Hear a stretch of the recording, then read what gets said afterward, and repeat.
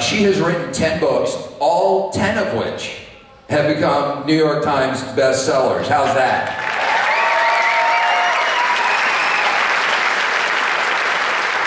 She is a frequent guest on many TV and radio news programs, a highly sought-after speaker. So if you can believe our very first event as a coalition, we have Coulter on the lineup. It's a real pleasure to have a leading advocate for conservative causes.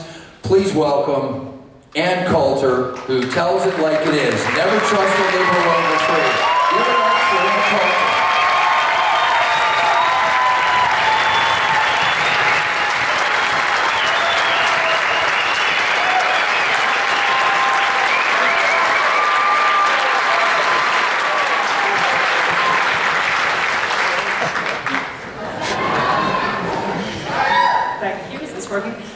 You are a beautiful crowd. I'm so happy to see it. I was watching on YouTube last night. I'd never seen this before. There's a 1-hour video Barry Goldwater did during the campaign.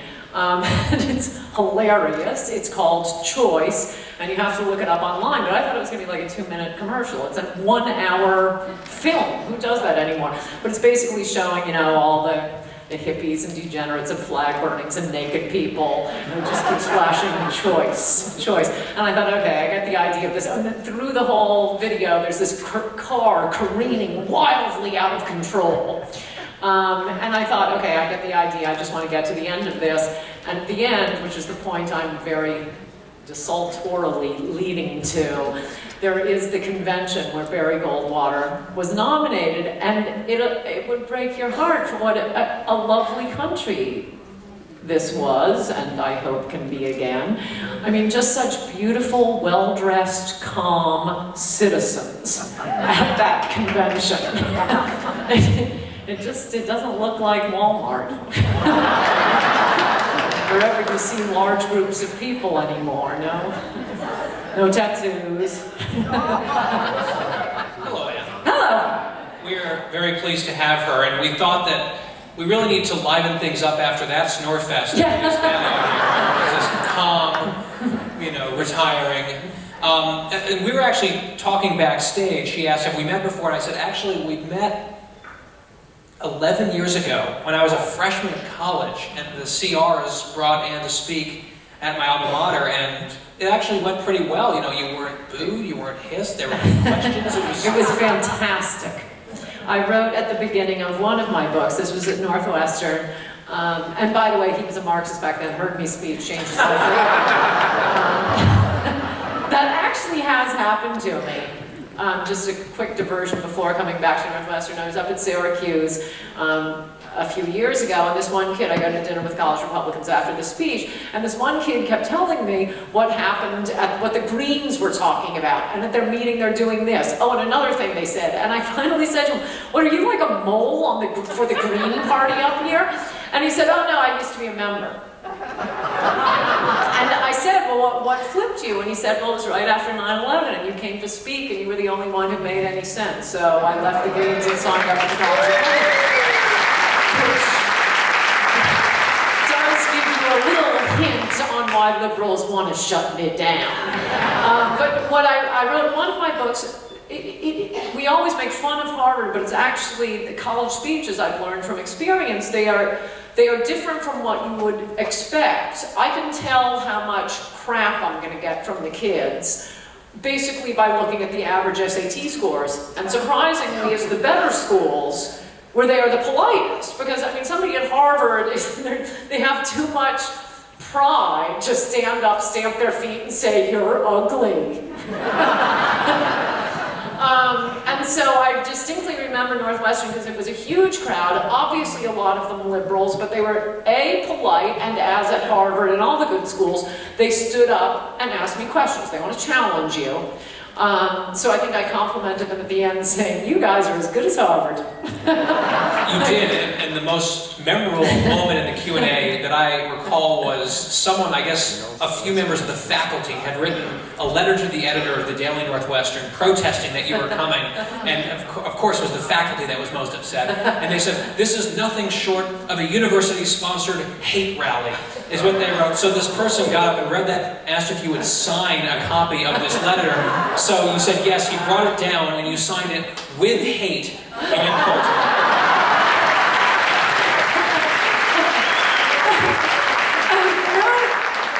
It's like the dog that didn't bark in Sherlock Holmes. What's interesting about that story? Oh, the professors were too pussified to come and actually ask a question at my speech.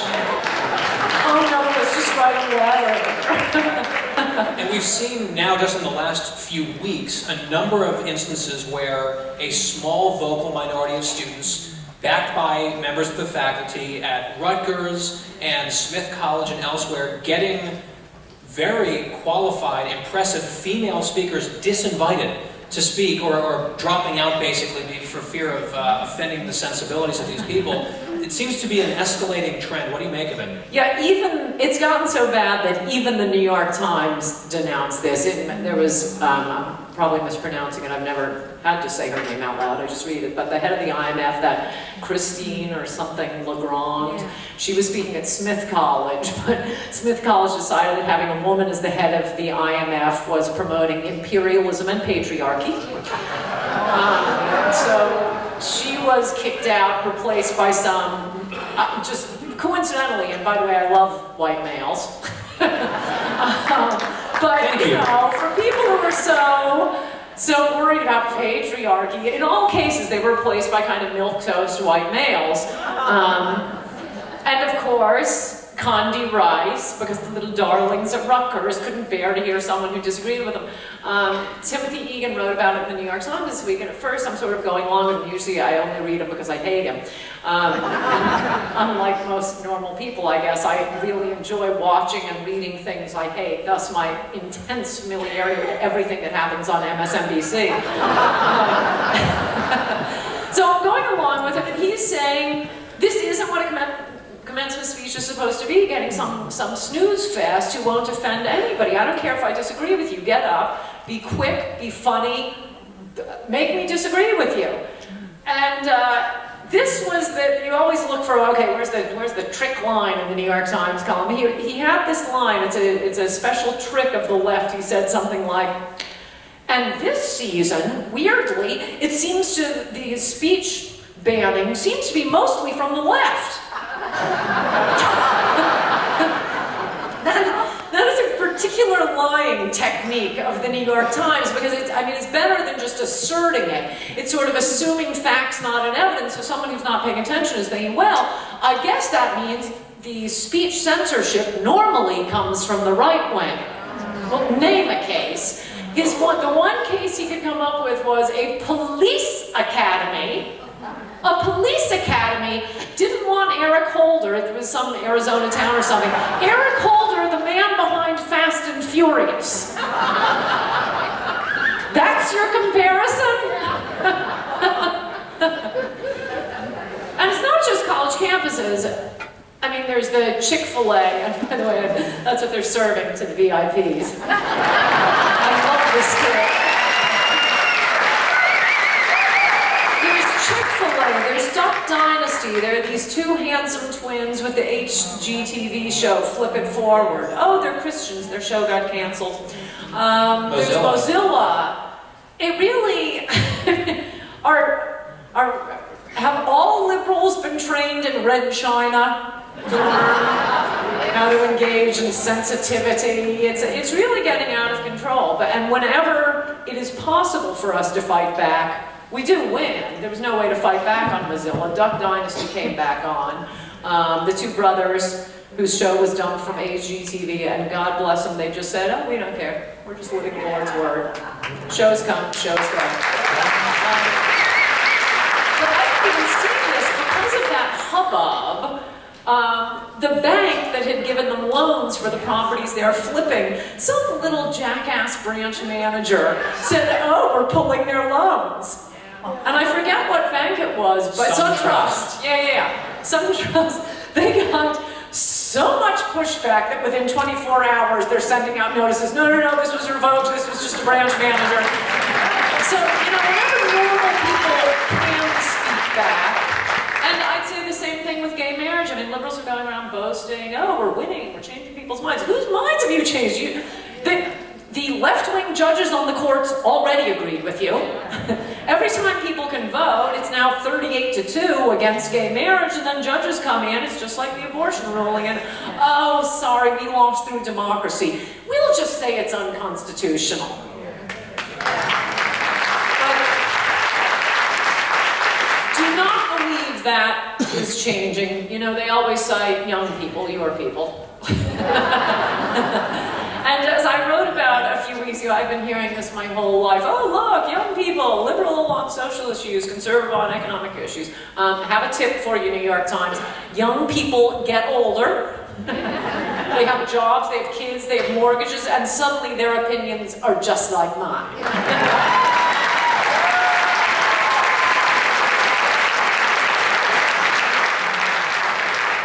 I've heard that you have strong opinions about immigration reform. What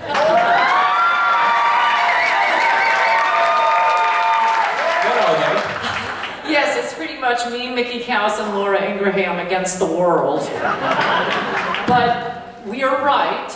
I was thinking just yesterday, the immigration issue right now is what the Equal Rights Amendment and of the abortion issue was 20 years ago, before I was even paying attention to politics, when I was a fetus who could have been aborted. And that is the entire Republican Party, and of course the Democratic Party, come up with a good idea there out of like, white on rice.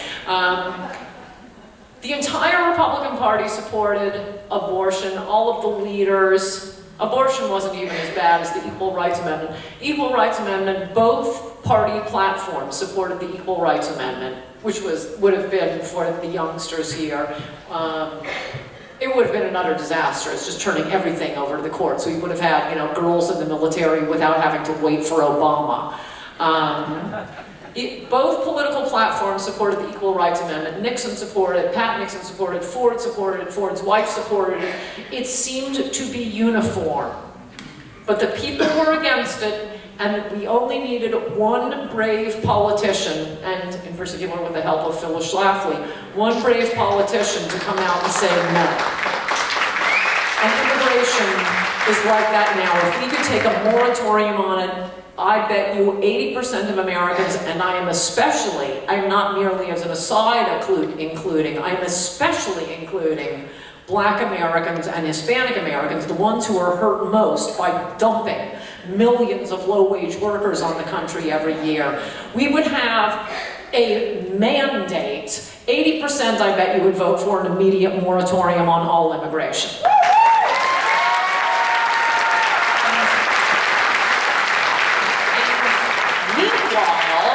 The Wall Street Journal and the lobbyists and the Chamber of Commerce and everyone surrounding all these politicians. No, we need amnesty. It's so popular. We need to appeal to Hispanics, Why on earth would Hispanics want more Hispanics coming in competing for their jobs? Right. They're in.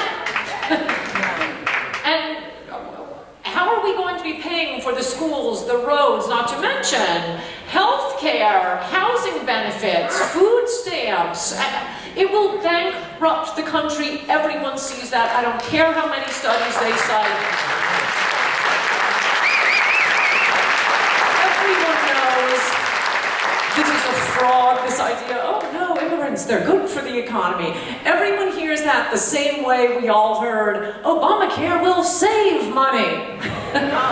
Wait, really? You're going to cover another 40 million and save money? How does that work? No, we have the study right here. This is what the immigration saves money studies sound like. It is so massively counterintuitive. No, dumping 1.2 million poor immigrants, 90% from the third world, on the country every single year does not save money. We know that. It is bankrupting the country, and gosh, you people certainly know it. In the rest of the country, I have to say, look at what happened to California. The most beautiful state in the Union, the state that gave us Ronald Reagan and Richard Nixon, cannot elect a Republican statewide. And that's going to start happening. I mean, I hope we have not hit the tipping point yet, but oh, they are gunning for Texas and Florida. And once those two states flip, it's over. No Republican wins another presidential election. We're already, so when we're having to fight for our lives for Virginia and North Carolina, Colorado, New Hampshire, well, New Hampshire isn't immigration except from New York. Now, New Hampshire and Vermont are an example of the point that immigrants, and by definition, every immigrant coming to this country is coming from a less free country. Often very socialist countries, often very corrupt countries. You would think, we all think, and you get some like this, God bless them, who come here and say, I came here for freedom. No, usually people bring their cultures with them. That's what happened in Vermont and New Hampshire. New Yorkers moved up there. North Carolina, it's happening to North Carolina. I just gave a speech in North Carolina last week. I was warning them. You guys forget restrictions down in Mexico. You need restrictions from New York. But you know, the only politicians at the moment, we can fully trust on immigration are Jeff Sessions, Senator Jeff Sessions from Alabama, Steve King, and he's fantastic. And the rest of them need to be educated, and that's where we come in. They haven't heard enough from the people. It's the strangest thing, the immigration debate. I would debate anyone, anytime with the biggest audience on immigration, but the media is helping both the Democrats and the corporate welfare people, the ones who want the cheap labor, by not allowing us to have the debate. It's the only issue. You can hear both sides of the abortion debate. You can hear both sides of the war in Iraq. You can hear both sides even on gay marriage. These are things that get talked about on TV. You don't even hear about immigration unless I go on TV and then ask me anything. I can turn it into an immigration answer.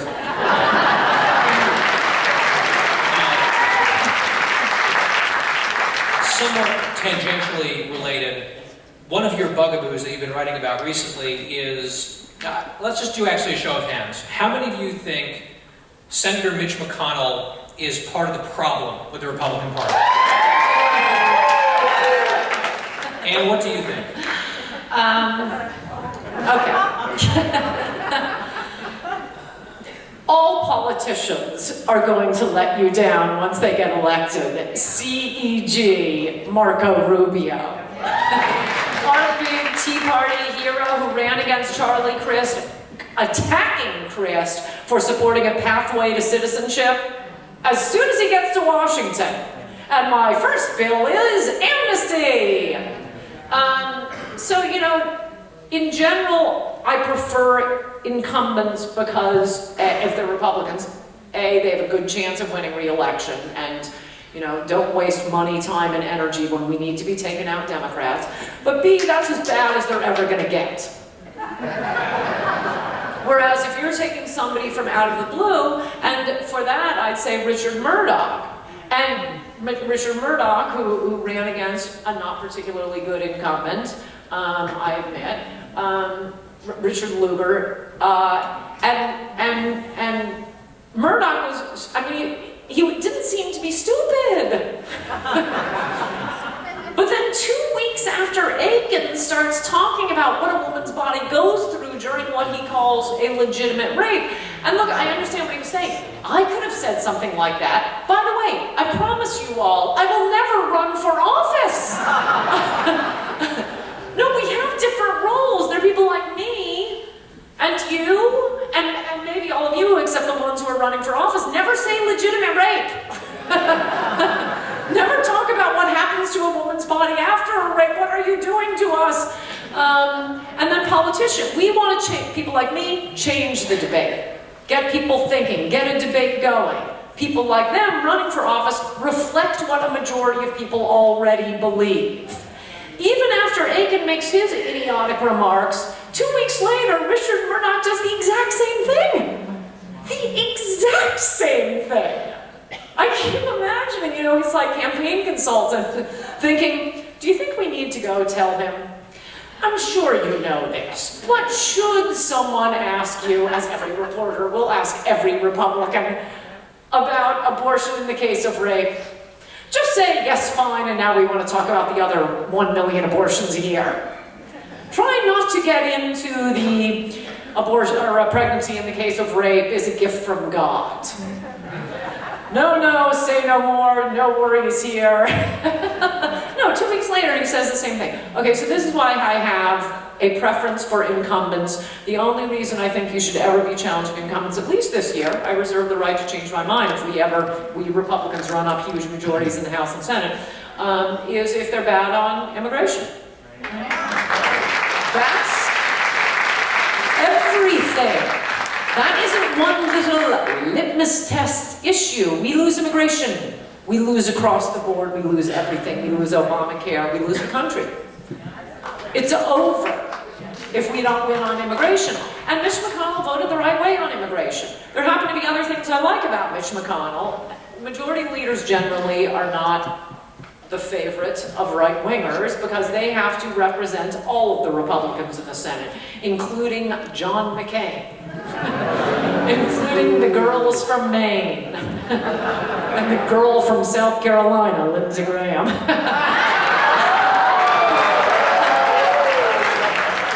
But McConnell did 2 things, even in that tough position, as an incumbent, as someone who gets, and one thing before we get into that, everyone thinks of Kentucky like it's Alabama. Look at their governors. They've had 60 years of solid Democratic governors, interrupted only 2 times by 1-term Republican governors for 60 years. We could lose that seat. Kentucky is not Alabama, it's not Utah. So in addition to McConnell voting against amnesty, voting against Marco Rubio's bill, I still remember him and love him for the campaign finance fight he put up. He was the Ted Cruz of trying to shut down conservative speech. Liberals own the mainstream media. The only way we can fight back is through our campaign ads. Mitch McConnell has been fighting the McCain-Feingold bill on beautiful, clear constitutional grounds for 20 years. And then finally, and this I've never seen any other majority leader do it, not Trent Lott, not Bob Dole, not, who was the doofus before? Frist? Bill Frist. Was he majority leader? Sure was. Oh my gosh, that's embarrassing. You see, majority leaders tend not to be, our most fire-breathing Republicans, but McConnell has pretty much voted right. He also, and again, I haven't seen any of the rest of them do this, managed to make every single Republican in the Senate vote against Obamacare, and that is so important. That is so important. Not one Republican voted for that bill, and that's including, again, all the girls in the Senate. So, we have just a few minutes left. Quick housekeeping note, immediately following this interaction, Anna's going to be back in the lobby signing books, so please race safely back there and buy her book if you don't have it, and she'll sign them for you. She also has a DVD out as well. Oh yeah, I wanted to tell you about the DVD, because I'll never do this again. When I was young and foolish, I had some liberal friends, big writer for the New York Times, but she's pretty sane. And documentary film producer, and they had a PBS documentary they were going to do. They had the grant for it on Ramsey Clark. Remember that completely insane Attorney General under Jimmy Carter? And after they pursued him and were following him around for a few weeks, they said, "He's really boring. Can we do UAM?" So since they were friends of mine, I let them come with me about my day, including back in the Fox makeup rooms. We drove out to New Canaan, Connecticut, where I'm from. They chit-chatted with my mother. When the New York Times would denounce me, we'd go buy the paper on the street of New York, and I'd read it aloud with my running commentary. And I've never watched it because I don't like to watch myself. But we still have, they had some left over. They sold them to me, so we still have some of those, and I just want to tell you, if you don't get it now, you will never have a chance to see this again, because I would never agree to do this now. I am so private now. Last but not least, you asked me to ask you about, you have some thoughts on the 2016 field. So let's close with that. Yeah, this is very important. I won't tell you who it should be, but I do want to say there are 3 things I want you to consider before deciding on a presidential nominee. Number one, it must be a governor or former governor or senator, preferably governor. I've made this mistake. It's not going to happen. You cannot be for it. I mean, think of the ones I've been, Pat Buchanan, Steve Forbes, Duncan Hunter. No, I run off on these enthusiasms too. It's not going to happen. It's like chasing the mechanical rabbit. Let's get serious so we don't waste the time attacking one another. It's got to be a former governor or a former senator. I'm sorry, no Ben Carson. I know, but we have to take the country back. Point two, we can't run idiots like the Democrats can. It's got to be someone smart, charismatic, reasonably attractive. I'm not going to name the ones who are not reasonably attractive. But I will tell you during the book signing. 3, which is ground I think I've sufficiently covered. Every Republican voted against, the only things that matter, Obamacare and most importantly, immigration. Every Republican voted against Obamacare. 3, the third prong is nothing but immigration. That is why, upsetting people who were not paying attention or reading the facts, I was such a ferocious supporter of Mitt Romney's. He is the best candidate of either party on the issue of immigration to run for president in my lifetime. Openly pushing for E-Verify. In that Florida debate, you seem like a politically active crowd, so I'm probably just reminding you, in that Florida debate, Florida, with so many Hispanics in Florida, that was the debate where Newt Gingrich accused Mitt Romney of wanting to send grandmothers home. Remember that? And Mitt Romney basically said, yes, I do. In the Republican primary that year, proving a point I made at the beginning here, in the Republican primary, Mitt Romney got more of the Hispanic vote than of the non-Hispanic vote in that primary. And that's after a debate where he said, yes, I do want to send illegal grandmothers home. He never backed down. For some reason, the entire, I don't know why, it's the influence of, I don't know, Wall Street Journal or something, Rupert Murdoch, totally pro-amnesty. When Romney famously met with Rupert Murdoch during the campaign, he sits there with Murdoch and the Wall Street Journal editorial board, and they were all haranguing him to change his position on immigration. And he said no. No, that's the most important issue. So, governor, senator, charisma, attractiveness, immigration. That's all you have to remember. Thank you, Ann Coulter.